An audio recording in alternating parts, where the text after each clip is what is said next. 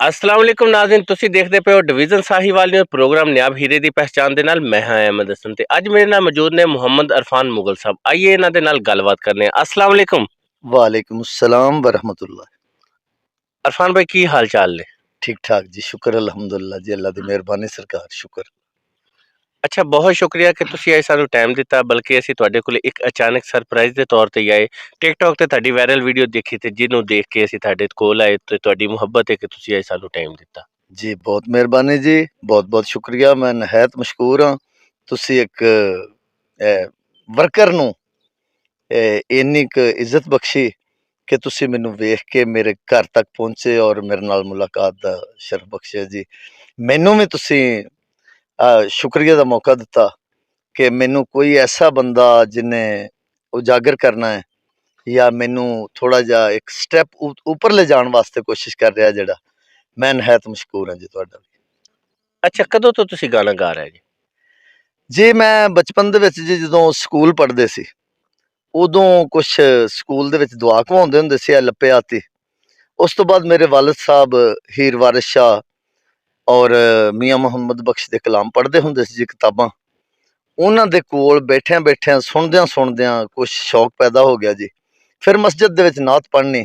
School तो जदों 9वीं 10वीं च होए उदों कुछ ऐसे दोस्त अहबाब है सी जिन्हां नाल कुछ अताउल्ला दे या आलम लोहार दे बोल ये असी तफरी दे टाइम कहने शुरू किते जी। उत्थों ये शौक पैदा हो गया जी। उस तो बाद जिद्दां जिद्दां जिंदगी चलदी गई जी ये शौक थोड़ा थोड़ा वधदा गया जी। ਅੱਛਾ ਅਰਫਾਨ ਭਾਈ, ਤੁਸੀਂ ਕਹਿ ਰਹੇ ਸੋ ਕਿ ਸਾਡੇ ਵਾਲਿਦ ਹੀਰ ਵਾਰਿਸ ਸ਼ਾਹ ਬਹੁਤ ਅੱਛੀ ਪੜ੍ਹਦੇ ਹੁੰਦੇ ਸਨ ਤੇ ਕੋਈ ਉਹਨਾਂ ਦੀ ਯਾਦ ਵਿੱਚ ਤੇ ਕੋਈ ਹੀਰ ਵਾਰਿਸ ਸ਼ਾਹ ਦੇ ਚੰਦ ਇੱਕ ਅਸ਼ਾਰ ਸਾਡੇ ਨਾਜ਼ਰੀਨ ਵਾਸਤੇ ਪੇਸ਼ ਕਰੋ। डोली चढ़दियां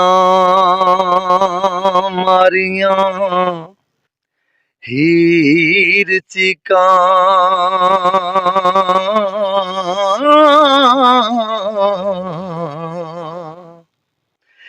मैनू लै चले बाबला लै चले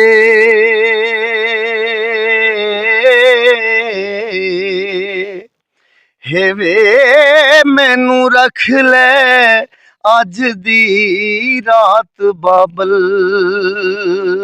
हो असी जालमां दे वस पै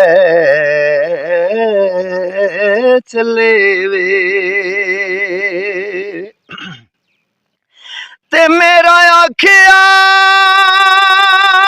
कदी ना मोड़दा से अज उस में बाबल किथे गए चले वे वो तेरे ठंडड़े रुख दी छां हेठां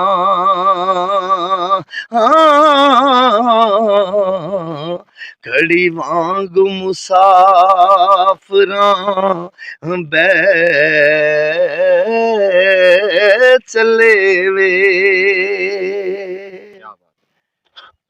माशाल्लाह, बहुत अच्छे। अच्छा अरफान भाई, हमारे नाज़रीन के लिए कोई अच्छा सा गाना प्ले कीजिएगा। कुछ बोल पेश करना जी। अताउल्ला साहब दा गीत है।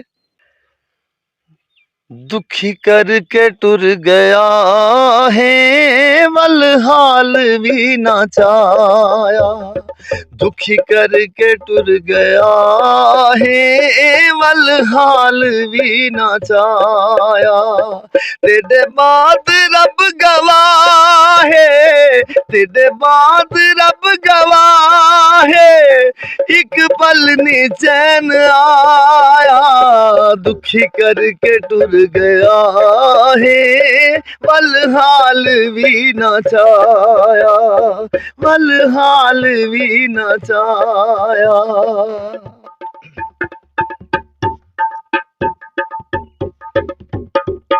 एक ओ भी वक्त हाई तेरे बहु करीब हाँ से हिक ओ भी वक्त हाया तेरे बहु करीब हाँ से दिल ला के भूल गयो से असा बहु गरीब हाँ से साडी जिंदगी अजाई साडी जिंदगी अजाई साडा प्यार भी अजाया दुखी करके टुर गया है पल हाल भी न चाया